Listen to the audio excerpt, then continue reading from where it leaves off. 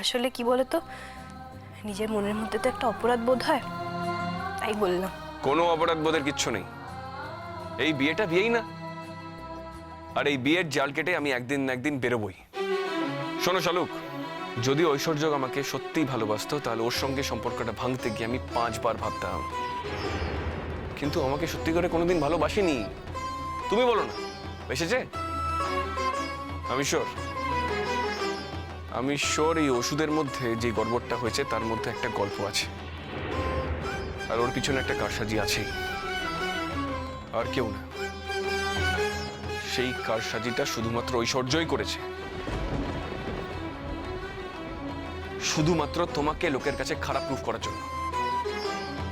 আর তুমি যে আমার ক্ষতির কারণ সেটা প্রমাণ করে দেওয়ার জন্য।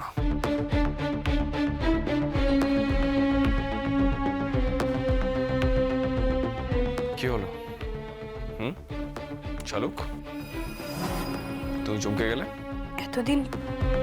এতদিন আমি মনে মনে এই কথাটা ভাবতাম, কিন্তু তুমিও যে একই কথা ভাবো তা তো আগে কখনো বলনি।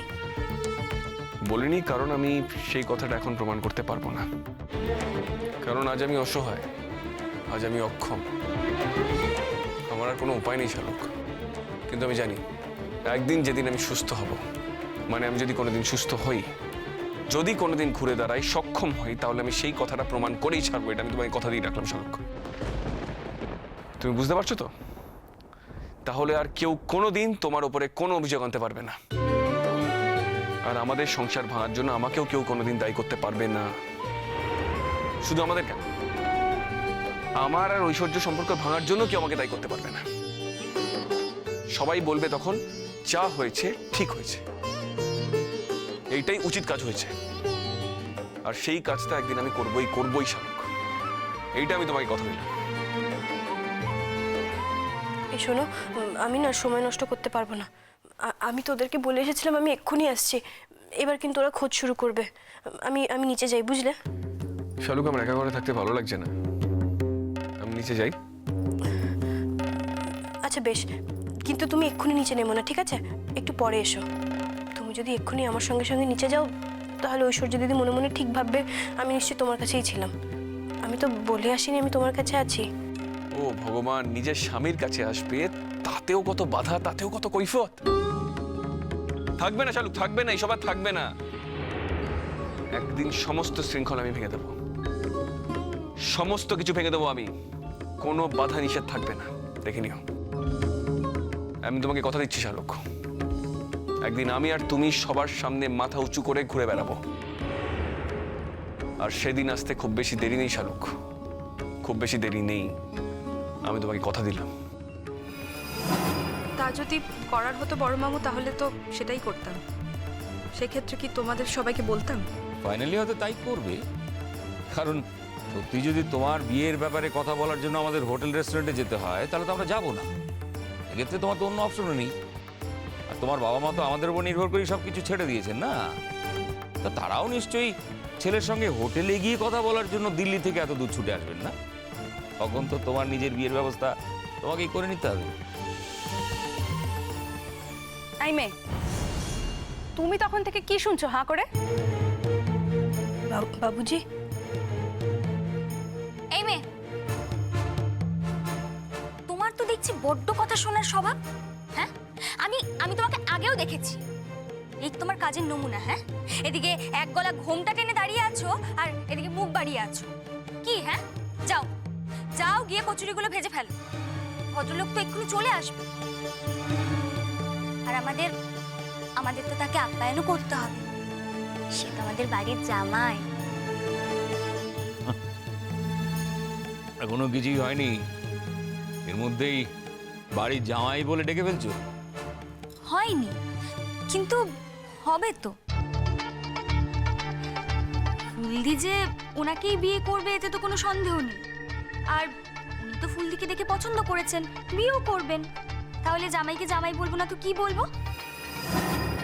কি যে বলো, যারা বিয়ে করে সংসার করছে সেরকম ক্ষেত্রেও অনেক সময় বউ বলা যায় না, আর এরা তো বিয়েই হয়নি।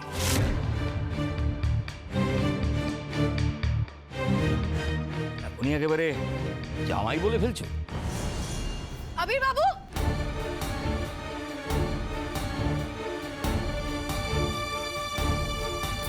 আপনাকে কতবার করে মানা করে এলাম আপনি একা একা নিচে নামবেন না। আপনি কোনো কথাই শুনলেন না তো। আপনি ঠিক একদিন একটা কোনো কাণ্ড বাঁধিয়ে ছাড়বেন। দেখি দেখি, পাও চোট লেগেছে তো? দেখি। এই মেয়ে, তুমি না এইমাত্র বললে তুমি আবিরের ঘরে যাওনি, আর এখন বলছো তুমি আবিরের ঘরে গিয়ে আবিরকে বলে এসছো যাতে একা না আসে। মা, মা দেখেছো ও আমাদের সবাইকে মিথ্যা কথা বলেছে। আমার ছেলে পড়ে গেছে, ও সত্যি কথা বলছে কি মিথ্যে কথা বলছে তার থেকেও বেশি জরুরি হচ্ছে তোমার দেখা ওর পায়ে কোথায় লেগেছে। তোমার কি সময় মতো কোনো বিবেচনা কাজ করে না? কেমন মেয়ে তুমি? আমি জানো আমি তোমার না ধরতেছি। না হরিদা, ঠিক আছে। ঐশ্বর্য, সরলা আমার ঘরে গিয়েছিল, কারণ আমি ওকে নিজে বলেছি প্রতি 15 মিনিট অন্তর অন্তর আমার ঘরে আসতে, আমার কোনো কাজে লাগবে কিনা সেটা জানতে। আর যদি নাও লাগে তাহলে আমার ঘরে আসতে, আমার গল্প করতে ইচ্ছা করলে আমার সঙ্গে গল্প করতে। Do you have any problem with that? তুমি বলেছো সরলাকে তোমার সঙ্গে গল্প করার জন্য 15 মিনিট পর পর ঘরে আসতে।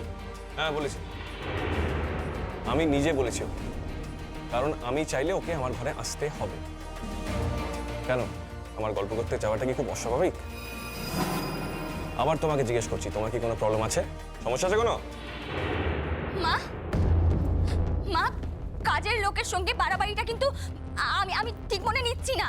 সবসময় কাজের লোক বলো কেন বলো তো? হ্যাঁ কেন বলো? কই বড় বউ দিদি, বড় দাদা বাবু, কেউ তো কাজের লোক বলে না। আমার ভালো লাগে না গো। হরি কাকা, কাজের লোককে কাজের লোক বলবো না তো কি বলবো বলো দেখি? তোমার পরিচয়টা এই বাড়িতে কি? কাজের লোকই তো, আর ও তোমার ভাইজি। কাজের লোক হলো না তাহলে?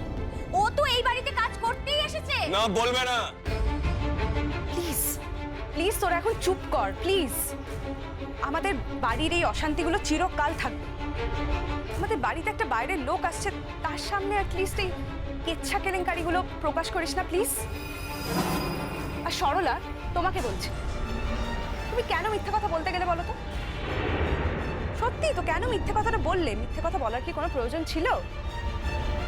তুমি তো বলতেই পারতে যে আবির বাবু তোমায় ডেকেছে। সরলা, তুমি চুপ করে আছো কেন? বলতে পারছো না যে আমি তোমাকে ডাকি? তুমি আসতে চাও না, কিন্তু আমি তোমাকে জোর করে ডাকি বলে তুমি আসতে বাধ্য হও। এই কথাটা তোমার মুখে জোগান দিল না? আমি তোমায় কি বলেছিলাম? তুমি আমার কাজ করো। এই বাড়িতে অন্য কাউকে ভয় পাওয়ার কোনো দরকার নেই তোমার। আমার কখন কোন কাজে তোমাকে লাগবে সেটা আমি ঠিক করব, আর সেই মতোই তোমাকে চলতে হবে। মনে থাকবে তো এখন থেকে সেই কথাটা? দাদা, দাদা, ওই সূর্য আছে না, সূর্য এসছে। দেখেছিস নদী ছোটনটার কাণ্ড? কোথায় একটু আগে থেকে ফোন করবে তা না, কি শুনতে পেলো না পেলো বলতো? আরে না না, কিচ্ছু শুনতে পাইনি।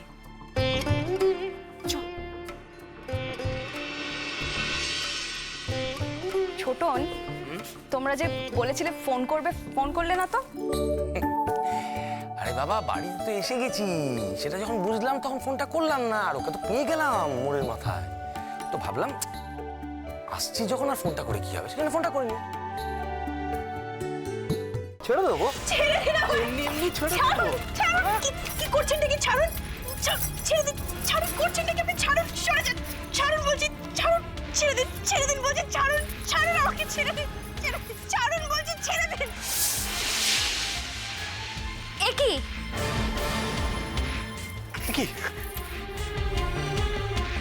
কাকে আপনারা কাজের লোক হিসেবে বাড়িতে রেখেছেন? হ্যাঁ, তো কোনো ভদ্রলোককে বসতে দেয় না, রীতিমতো হাত ধরে টানাটানি করছে। তার মানে